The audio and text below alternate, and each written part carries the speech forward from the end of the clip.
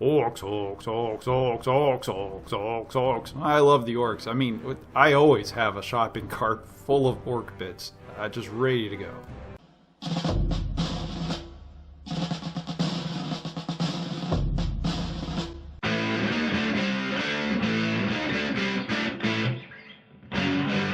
Still running the list, the Fire Prism is still pretty awesome.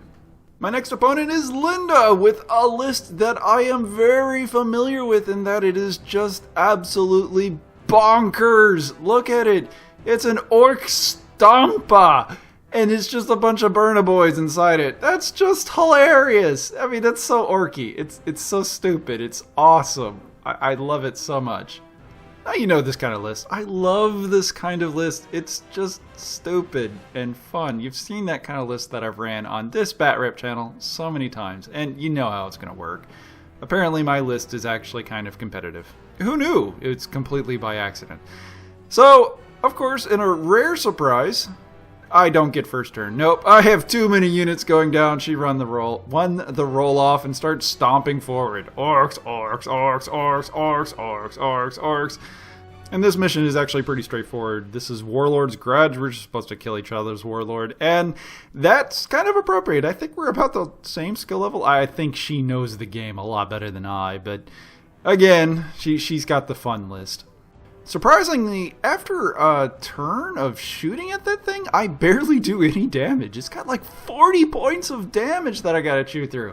And I don't even get it to its degrading stat line. And then in her first turn, she drops out the mech boys out the back and they start repairing it. And then a bunch of guys, the burner boys, start flying out the front and start eviscerating everything that they can see.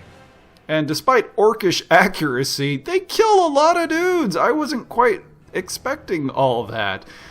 And then they charge, and then they kill even more dudes. There's nothing stopping them. The orcs are just charging through, just going,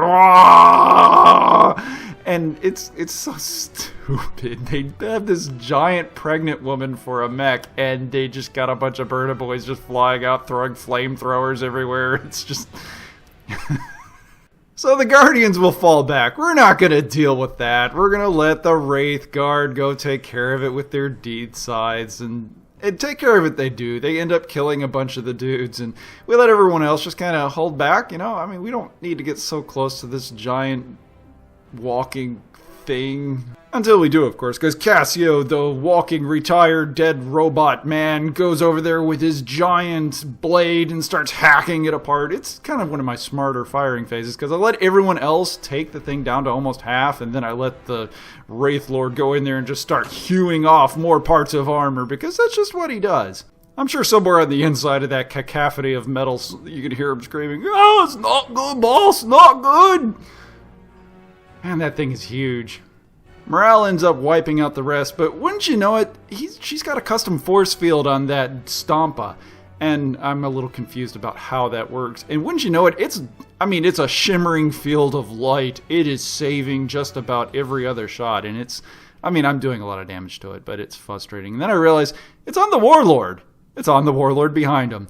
And even though the Guardians can't really the Dire Avengers can't really hurt him directly, there's another way we can take care of him. We could just move the Dire Avengers around and take them on directly! So that's what we did. We sent the Dire Avengers around the side, and then we decided to light up the orcs, and using what was ultimately Flames of War target allocation, we end up wounding the mess out of him, putting a couple wounds on the orc captain himself, and then sent everyone in there to just stab the war boss to death. Which we end up not doing. The war boss gets away, he's capable of re-embarking on the giant metal robot, and she starts moving the giant metal robot. Since at this point I think it's the 5th turn, it's the final turn, and she just kind of consolidates shenanigans the unit into my side, but isn't capable of putting it fully within my deployment zone for a scenario point.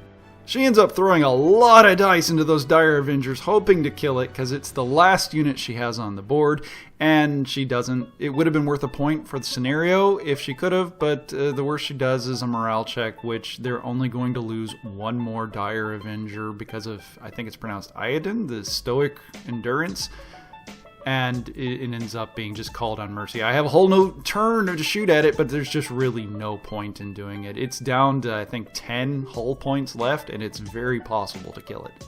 But we called it on Mercy. Again, no point. This has been an Ouchies Batrep, and thanks for watching. Orcs, orcs, orcs, orcs, orcs, orcs, orcs, orcs.